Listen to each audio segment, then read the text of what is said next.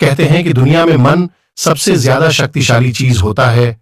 अगर किसी चीज को तुम पूरे मन से चाह लो तो तुम उसे हासिल कर सकते हो। ये मैं नहीं कहता, ये सभी महापुरुषों का कहना है। लेकिन अगर यह सत्य है, ये सच है, तो हम जो अपने मन से चाहते हैं वह हमें हासिल क्यों नहीं होता है भाई। कोई भी इंसान अपने मन में तो दुख नहीं में तो चाहेगा, लेकिन वो रहता तो दुखी है।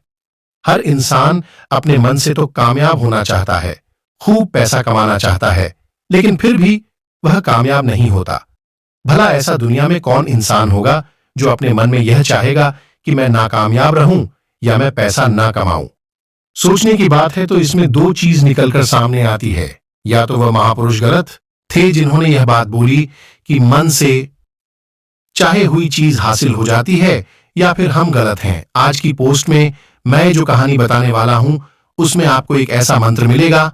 उसे समझने के बाद आपको एक ऐसा मंत्र का पता चलेगा जिससे आप यह समझ पाएंगे कि अपने मन से कोई भी चीज कैसे करवाई जाती है, मन में किसी भी बात का बीज कैसे बोया जाता है। ये इस कहानी से आपको अच्छी तरह से समझ में आ जाएगा और इससे आप यह भी समझ पाएंगे कि आकर्षण का नियम, लॉ ऑफ अट्रैक्शन, कैसे काम करता है। कहानी छोटी सी है लेकिन बहुत ही गहरी है। इस पोस्ट को पूरा लास्ट तक पढ़ना तो ही आप अच्छे से इस कहानी का पूरा लाभ ले पाएंगे। तो चलिए कहानी शुरू करता हूं। शुरू। एक बार की बात है, एक आदमी के जीवन में सिर्फ दुख ही दुख थे। वह जो भी काम करता उस बेचारे का वह काम पूरा ही नहीं होता। घर में आता तो घर में क्लेश बना रहता, किसी से कोई मदद मांगता तो कोई उसकी मदद नहीं करता। ऐसा लगता था कि चारों तरफ से उसके ऊपर दुख का पहाड़ टूट पड़ा है। उसे समझ नहीं आ रहा था कि मैं इन दुखों से कैसे पार पाऊं। वह दिन रात यही सोचता रहता था कि अपने दुखों से छुटकारा कैसे पाना है। इसी कारण से वह रात में सो भी नहीं पाता था। उसकी आंखों के नीचे बड़े बड़े काले घेरे बन गए थे, जो इस बात का प्रतीक थे कि वह आदमी कितना दुखी है और कितना चिंतित है। कभी कभी तो उसके मन में आत्महत्या करने के भी ख्याल आते थे, लेकिन अपने परिवार की चिंता करके वह यह कदम नहीं उठा पाता। वह इतना दुखी हो गया कि उसने निर्णय किया कि वह इन दुखों से छुटकारा पाकर ही रहेगा। इसके लिए चाहे उसे कितनी ही मेहनत करनी पड़े, कुछ भी करना पड़े, चाहे अंगारों पर चलना पड़े, लेकिन इन दुखों से छुटकारा हासिल करके रहेगा। ऐसे ही एक दिन उसने अपने मित्र से पूछा कि मैं अपने जीवन को कैसे सुधारें।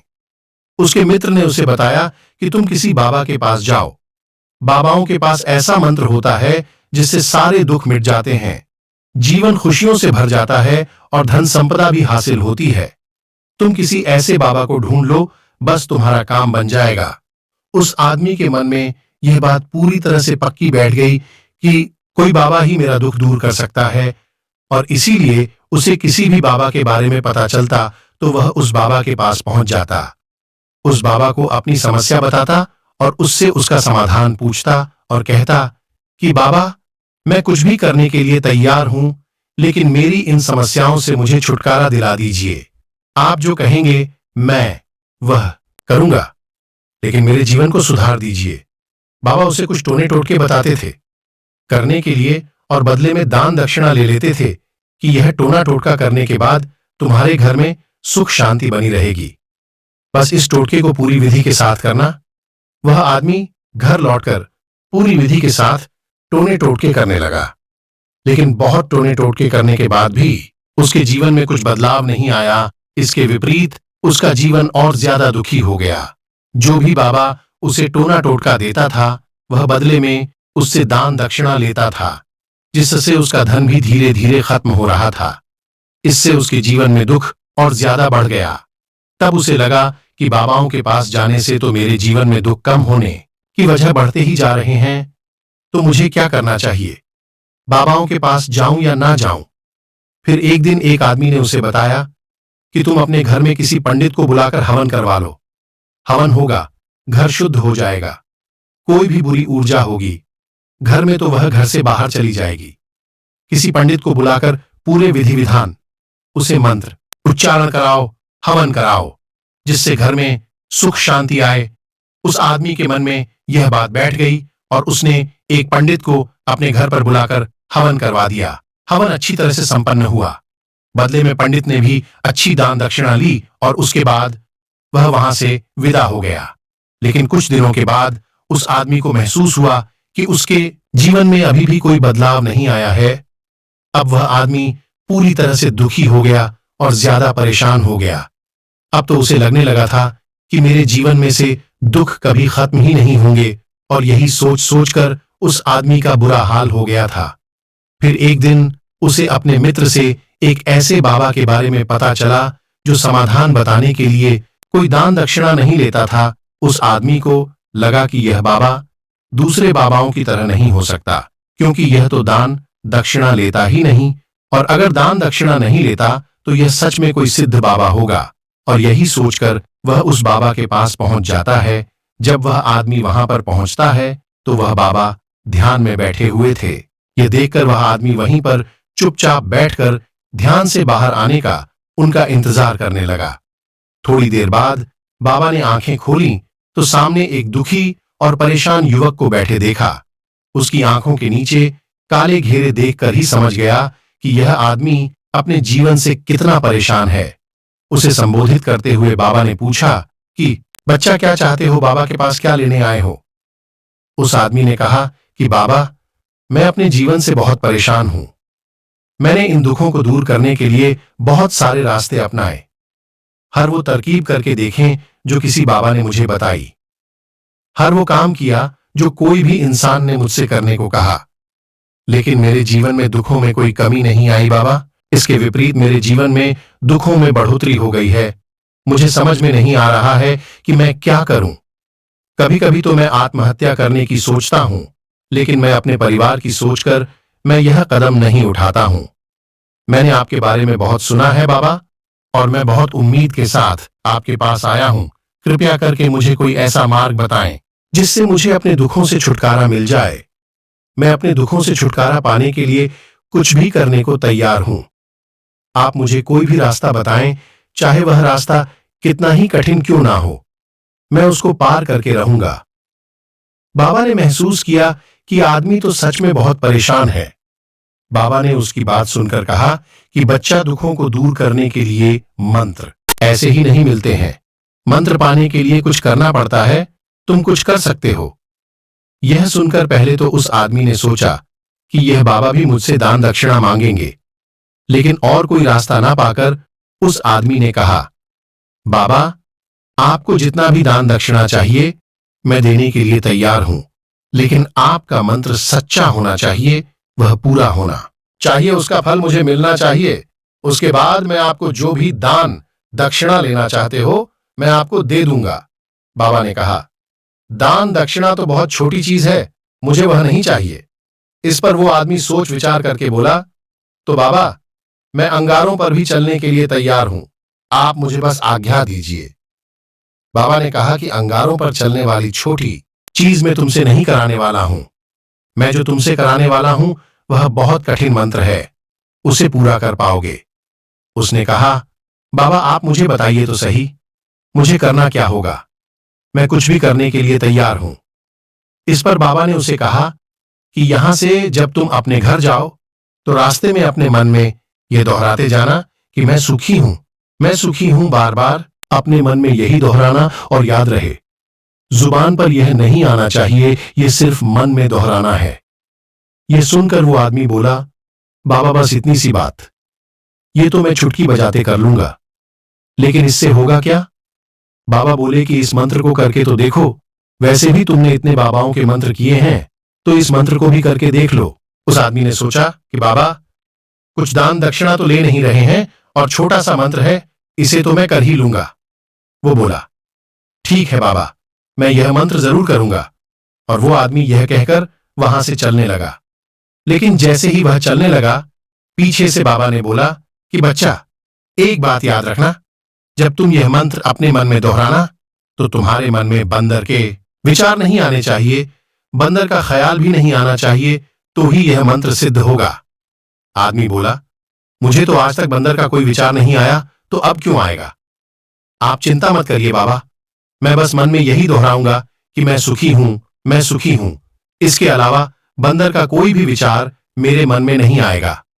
यह कहकर वह आदमी वहां से चल देता है। वह अपने मन में मैं सुखी हूं, मैं सुख ही हूं, यह दोहराता हुआ थोड़ी दूर ही चला था कि उसके मन में अचानक बंदर का ख्याल आ गया। बंदर का ख्याल एक बार आया और चला भी गया, लेकिन उस आदमी ने सोचा, आज तक तो मुझे बंदर का कोई भी विचार नहीं आया, यह आज बंदर का विचार क्यों आ गया?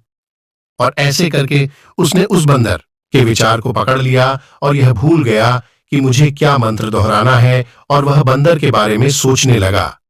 जब थोड़ी देर बाद फिर से उसे होश आया तो वह फिर से अपना वही मंत्र दोहराने लगा जो बाबा ने उसे बताया था, मैं सुखी हूं, मैं सुखी हूं।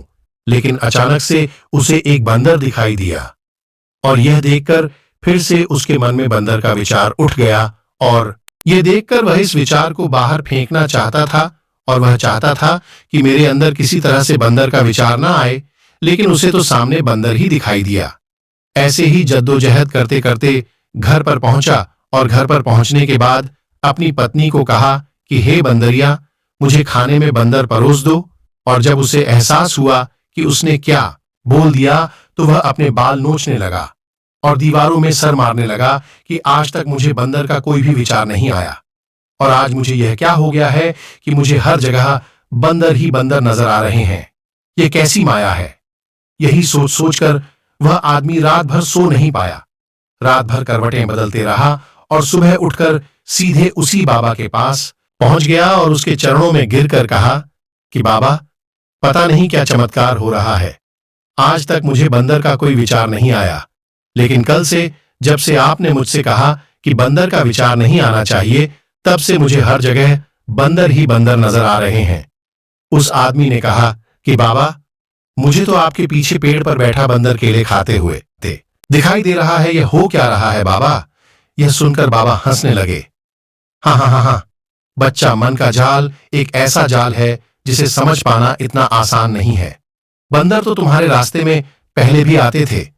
जब तुम मेरे पास आए थे तो इन्हीं पेड़ों पर यह बंदर घूम रहे थे, लेकिन तब तुम्हारे ध्यान में यह बंदर नहीं था, तब तुम्हारे ध्यान में सिर्फ दुख थे। इसके बाद बाबा ने उसे बताया कि बच्चा, हम जिस चीज से भी दूर भागना चाहते हैं वही चीज हमारे मन में बहुत गहरे में प्रविष्ट हो जाती है और हमारे अंतर मन में समा जाती है। असल में हम जिस चीज से छुटकारा पाना चाहते हैं उससे छुटकारा इसीलिए पाना चाहते हैं कि वह हमारे साथ बहुत गहरे से जुड़ी हुई है, और हम जितना ही उससे छुटकारा पाना चाहते हैं वह उतनी ही गहरी हमारे मन में बैठती चली जाती है और आखिरकार हमारे अंतर मन में छा जाती है। ऊपर से तो हम चाहते हैं सुखी होना कि मैं सुखी हूं, सुखी हूं। हमारे होंठ भी यही बोलते रहते हैं, लेकिन हमारे मन में दुख समाये होते हैं। हमारे विचारों में, हमारे मन में दुख ही दुख दिखाई देते हैं। इसीलिए अपनी जुबान से बार बार यह बोलने से कि मैं सुखी हूं, मैं सुखी हूं, हम सुखी नहीं होंगे जब तक यह मंत्र हमारे अंतर्मन में प्रविष्ट नहीं होगा। इस पर उस आदमी ने पूछा कि बाबा, लेकिन यह मंत्र हमारे अंतर्मन में प्रविष्ट कैसे होगा? यह सुनकर बाबा ने कहा कि बच्चा, अपने दुखों से लड़ना बंद कर दो। जब तक तुम अपने दुखों को दूर करने की सोचते रहोगे तब तक वो दुख तुमसे चिपके रहेंगे, तब तक वो दुख तुम्हारे अंतर्मन पर अपना राज बनाए बैठे रहेंगे, और जिस दिन तुम उन दुखों के बारे में सोचना ही छोड़ दोगे, उन दुखों से छुटकारा ही नहीं पाना चाहोगे, उसी दिन से तुम्हारे जिंदगी से दुख गायब हो जाएंगे। क्योंकि किसी भी चीज से छुटकारा पाने के लिए हमें उस चीज के बारे में सोचना पड़ता है, और हम जितना ही उस चीज के बारे में सोचते हैं वह उतनी ही गहरी हमारे मन में प्रविष्ट होती चली जाती हैं। निष्कर्ष, हम अधिकतर समय दुखों के बारे में ही सोचते हैं। हम यही सोचते हैं कि हमारे जीवन में दुख है और हमें इससे छुटकारा पाना है। इसी वजह से बार बार सोचने से वो दुख हमारे अंतर मन में प्रविष्ट हो जाते हैं और हमें एहसास भी नहीं होता। इसीलिए अगर तुम दुखों से छुटकारा पाना चाहते हो तो दुखों से छुटकारा पाने के बारे में सोचना छोड़ दो, तुम्हें दुखों से छुटकारा मिल जाएगा। अक्सर आदमी धूम्रपान छोड़ना चाहता है, शराब छोड़ना चाहता है, सुबह अपने आप से यह वादा करता है कि मैं कोई भी गलत काम नहीं करूंगा, लेकिन शाम को जब लौटता है तो नशे में चूर होकर लौटता है। ऐसा क्यों होता है जो हम सोच रहे हैं? वह पूरा कर ही नहीं पा रहे हैं। असल में हम उस चीज को बहुत ज्यादा तवज्जो दे रहे हैं, उस चीज को बहुत ज्यादा अहमियत दे रहे हैं। जब भी हम उस चीज को छोड़ने के बारे में सोचते हैं तो हम उसकी इंपॉर्टेंस यानी कि विशेषता और ज्यादा बढ़ा देते हैं। हमारा मन उस चीज के बारे में जितना ज्यादा सोचेगा, शराब या धूम्रपान छोड़ने के बारे में जितना ज्यादा सोचेगा, हमारा मन उतना ही उस चीज के पीछे ज्यादा भागेगा। हमें उस चीज से लड़ना नहीं है, बल्कि बिना सोचे गुजर जाना है। और अगर हम इस मंत्र को समझ लेते हैं तो हम अपने जीवन में जो भी पाना चाहते हैं उसे अपने अंतर्मन में डाल सकते हैं।